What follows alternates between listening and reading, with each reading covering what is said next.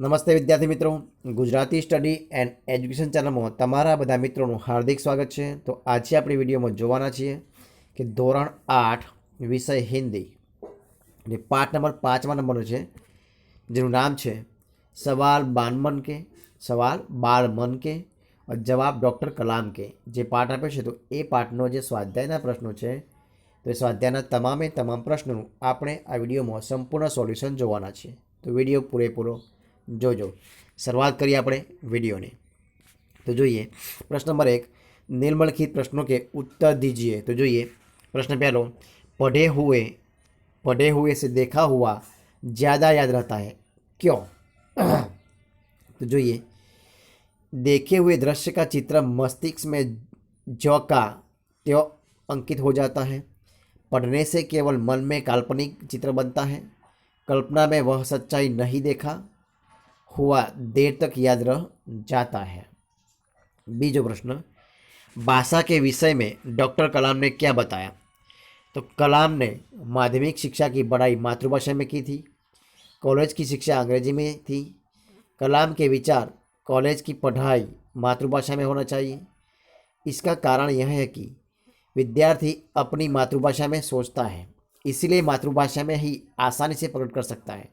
फिर भी विश्व के दूसरे देशों से संपर्क कायम करने के लिए वे अंग्रेजी का ज्ञान आवश्यक मानते हैं। तीसरा प्रश्न, चिराग जैन ने डॉक्टर कलाम से क्या पूछा? तो चिराग जैन ने पूछा कि आज देश के सामने सबसे बड़ी समस्या क्या है? डॉक्टर कलाम ने उत्तर दिया कि भारत को सन 2020 तक एक विकसित राष्ट्र बनाना और 1 अरब से अधिक नागरिकों को सुखी बनाना ही आज देश के सामने सबसे बड़ी चुनौती है। चौथा प्रश्न, राष्ट्र विकास में महिलाओं का क्या योगदान है? तो જોઈએ राष्ट्र विकास में शैक्षणिक यानी कि शैक्षिक और औद्योगिक प्रवृत्तियों में आज महिलाएं सब में हिस्सा ले रही हैं। सशस्त्र सेनाओं में भी पुरुषों के समान महिलाओं की भी नियुक्ति होती है। देश की तीनों सेनाओं में पर्याप्त महिला अधिकारी हैं। विभिन्न उपकरण के महिलाएं काम कर रही हैं। इस प्रकार राष्ट्र विकास में महिलाओं का बहुमूल्य योगदान है। प्रश्न 5वां नंबर, किसी भी देश के लिए सेना का महत्व है क्या है? तो જોઈએ सेना किसी भी देश का मुख्य अंग है। सेना शत्रुओं के आक्रमण से देश की रक्षा करती है। देश में कहीं दंगे होने पर उसे दबाती है। देश में आतंकवादी घुस आए तो उससे सेना निपट लेती है। देश में बाढ़ या भूकंप आया तो सेना संकट में पड़े लोगों को सहायता करती है। इस प्रकार बाहरी या भीतरी संकट में सेना ही देशवासियों की रक्षा करती है। अब देखिए सवाल नंबर 2, मुहावरा का अर्थ देकर वाक्य में प्रयोग कीजिए। तो मैं पहलो है जी तोड़ मेहनत करना, तो बहुत मेहनत करना। यह धंधा जमाने के लिए पिताजी ने जी तोड़ मेहनत की है। बीजो महारत हासिल करना, तो जवाब से योग्यता प्राप्त करना। हमें हर एक मुसीबत को जीतने में आवश्यक महारत हासिल कर लेनी चाहिए। तीजो रूपरेखा के आधार पर कहानी लिखिए।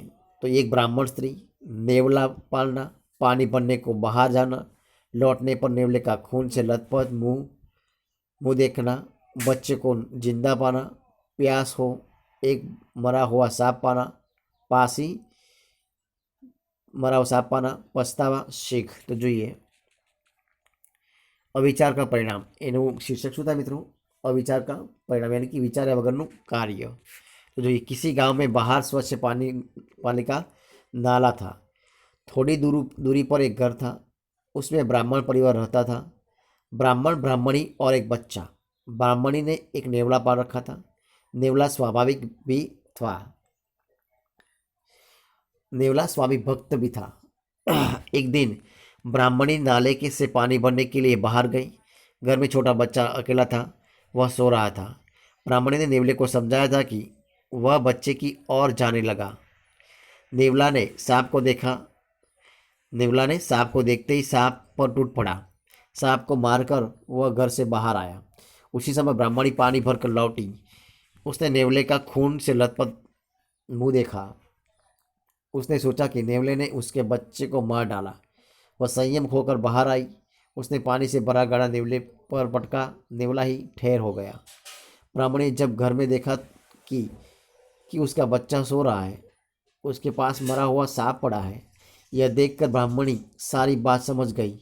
अपने बालक को बचाने वाले नेवले को मार डालने का उसे बड़ा दुख हुआ। सीख सीख क्या मिलती है? तो सीख यह मिलती है कि बिना सोचे समझे कोई काम करने से लास्ट में हमें, यानी कि चेवट में हमें क्या होता है, तो हमें पछतावा ही होता है। जो ये अगला प्रश्न मातृभाषा में अनुवाद कीजिए जानो। तो जो यानो कि हमारे लिए संसार में सबसे अधिक मूल्यवान हमारा शरीर है। शरीर से द्वारा ही हम सभी कार्य करते हैं, इसलिए शरीर का स्वस्थ रहना बहुत जरूरी है। शरीर को स्वस्थ रखने के लिए व्यायाम करना आवश्यक है। व्यायाम से शरीर मजबूत और सुडौल बनता है। अंग में स्फूर्ति आती है, शरीर में आलस्य नहीं रहता। तो गुजराती अनुवाद, આપણા માટે સંસારમાં સૌથી વધારે મૂલ્યવાન આપણું શરીર છે। શરીર દ્વારા જ આપણે બધા કામ કરીએ છીએ, માટે શરીર સ્વસ્થ રહે તે ખૂબ જરૂરી છે। શરીરને સ્વસ્થ રાખવા માટે કસરત કરવી જોઈએ, જરૂરી છે। કસરતથી શરીર મજબૂત અને સુડોળ બને છે। દરેક અંગમાં સ્ફૂર્તિ આવે છે, શરીરમાં આળસ રહેતી નથી।